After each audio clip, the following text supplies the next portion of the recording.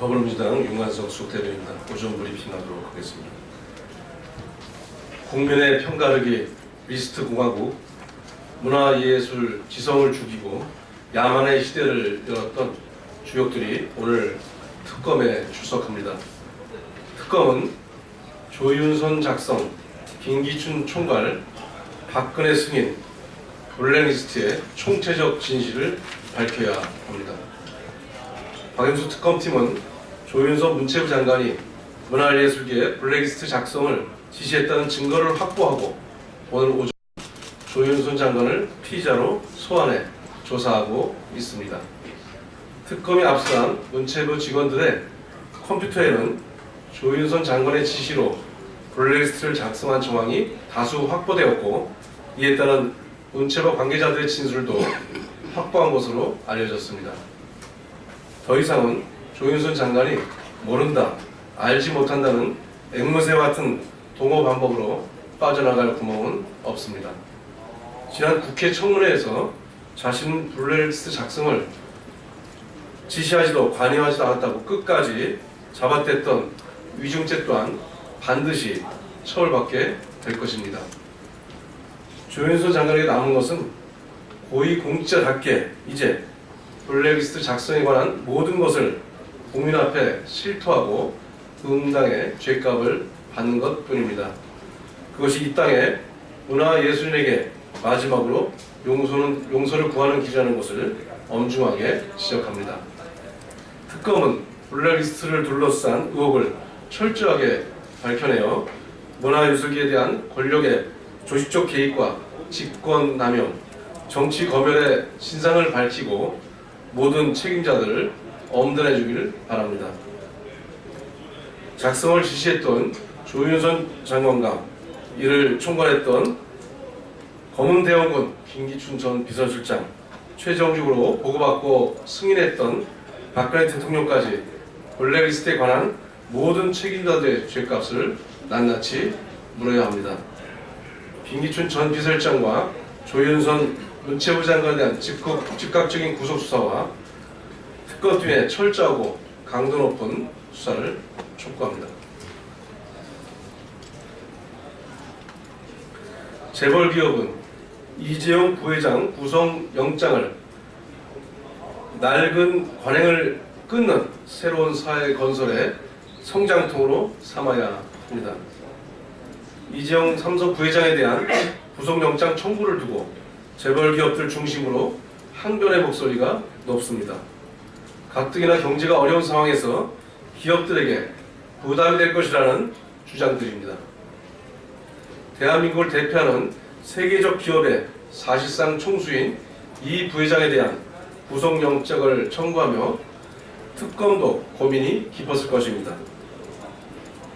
재벌기업들은 탄핵 정국, 비상시국하에 탄핵 6탄, 특검 초강수 등으로 항변만 할 것은 아닙니다.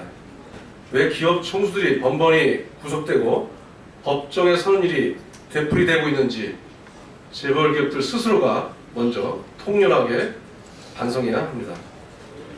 재벌기업은 권위주의 시대의 정경유착을 통해 성장했습니다. 그러나 여전히 과거의 고리를 끊지 못한 채 오늘의 상황에 처한 것입니다. 특히 이번 정경유착 드라마에서 재벌 기업들은 엑스트라가 아니라 주연급입니다. 대한민국 대표 기업 삼성은 박근혜 대통령과 공모해 국민의 노후자금인 국민연금을 자신들의 이익을 위해 부당하게 사용한 혐의를 받고 있습니다. 이런 용서할 수 없는 범죄를 저지르고 처벌을 피하려 든다면 정경유착의 낡은 관행은 절대로 사라지지 않을 것입니다. 힘없는 서민들은 어디 항변할 것조차 없습니다. 힘있는 자에게 관대해서는 법과 원칙을 세울 수도 없고 대한민국의 미래도 없습니다. 유전무죄, 무전유죄를 넘어 검은돈, 흑전, 정경유착 공모거래는 반드시 죄를 받아야 한다는 필제, 흑전, 필제입니다. 재벌기업도 이번 기회를 일대 혁신을 위한 성장통으로 삼아야 합니다. 총수의 구속에 일희일비하지 말고 과거의 나쁜 관행을 이번 기회에 확실하게 끊어내고 깨끗한 건전한 경영의 틀을 다져야 합니다. 그것이 국민 모두가 바라는 대한민국의 대표 기업이 나갈 길이고 재벌 기업이 나갈 길입니다. 촛불 민심이 가리키는 새로운 사회 건설의 길이기도 합니다.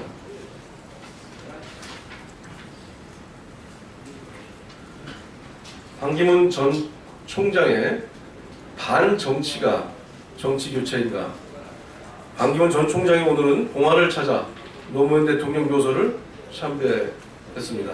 이어 전라남도 진도의 팽목항에 도착해 세월호 추모관을 둘러본다고 합니다. 반기문 전 총장 측은 이를 대통합 행보라고 설명하고 있습니다.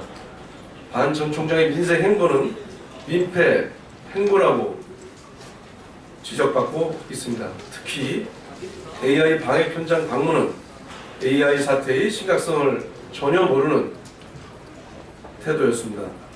반 전 총장의 통합 행보는 조금 더 나은 평가를 받기 바랍니다.